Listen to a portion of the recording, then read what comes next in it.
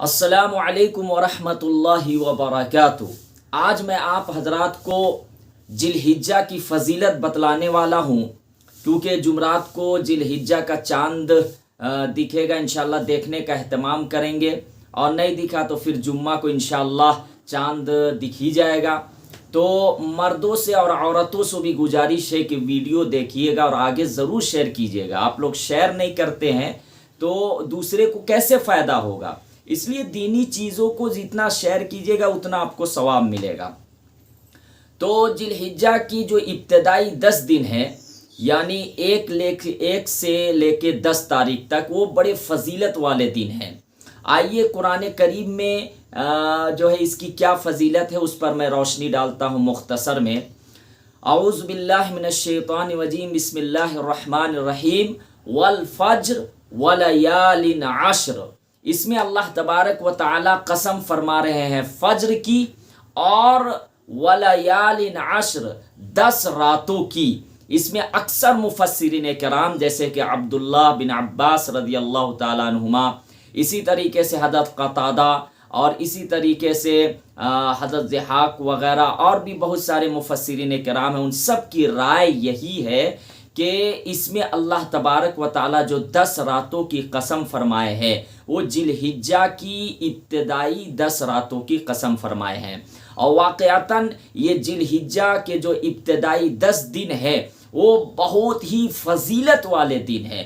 اللہ تعالیٰ بہانہ ڈھونڈتا ہے، مردوں اور عورتوں کو اللہ تعالیٰ حکم دیتا ہے، بندوں اور بندیوں کو، کہ گناہگاروں آؤ تو صحیح، یہ کچھ دن اور کچھ راتیں اللہ تعالیٰ جو فضیلت والی راتیں بنائے ہیں اور دن بنائے ہیں، یہ اس میں کچھ نہ کچھ ہم لوگوں کو کرنا چاہیے۔ تو حدیث کے اندر ہے، مشکات شریف کی حدیث ہے کہ اگر کوئی ذی الحجہ کے ابتدائی 10 دنوں میں ایک دن کا اگر کوئی روزہ رکھتا ہے تو وہ 1 سال کے روزہ کے برابر ہے، اور اگر کوئی رات میں عبادت کرتا ہے تو وہ اس طرح ہے جیسے کہ شب قدر میں عبادت کر رہا ہے۔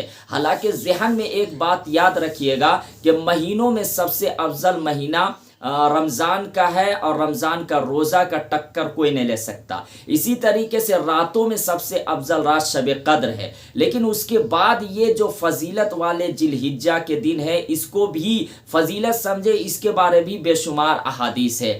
جیسے مسلم شریف کی حدیث میں ہے کہ اللہ کے نبی صلی اللہ علیہ وسلم نے ارشاد فرمایا کہ اگر کوئی 90 ذی الحجہ کا روزہ رکھتا ہے، یعنی قربانی سے ایک دن پہلے کا، تو اس کے اگلے سال کے گناہ اور پچھلے سال کے گناہ معاف ہو جاتے ہیں۔ سبحان اللہ! یعنی یوں سمجھیے کہ اگر کوئی 90 ذی الحجہ بقرعید سے ایک دن پہلے کا روزہ رکھتا ہے تو 2 سال کے گناہ معاف ہو جاتے ہیں۔ اسی طریقے سے اللہ کے نبی صلی اللہ علیہ وسلم نے ارشاد فرمایا کہ یہ 10 دنوں میں کوئی عبادت کرتا ہے تو وہ بہت ہی افضل عبادت اللہ کے یہاں شمار ہوتا ہے، یہاں تک کہ اللہ کے راستے میں بھی نکلنے سے زیادہ جو ہے اس کو ثواب ملے گا جو ذی الحجہ کی ابتدائی 10 دنوں میں جو ہے عبادت کرتا ہے۔ تو ایک شخص نے پوچھا کہ اللہ کے نبی صلی اللہ علیہ وسلم، اگر کوئی اللہ کے راستے میں نکلتا ہے تو کیا اس سے بھی زیادہ ثواب ہے؟ اللہ کے نبی نے فرمایا ہاں، اس سے بھی زیادہ اس کو جو ہے ثواب ملے گا، لیکن ہاں اگر کوئی اللہ کے راستے میں نکلا اور اپنی جان مال سب کچھ قربان کر دیا تو پھر اس کا وہ عمل بڑھ جائے گا، لیکن اگر یہ قربان نہیں کیا ہے تو پھر ابتدائی 10 دنوں میں ذی الحجہ میں جو عبادت کرے گا تو وہ اللہ کے راستے میں سے بھی نکلنے سے زیادہ اس کو ثواب ملے گا۔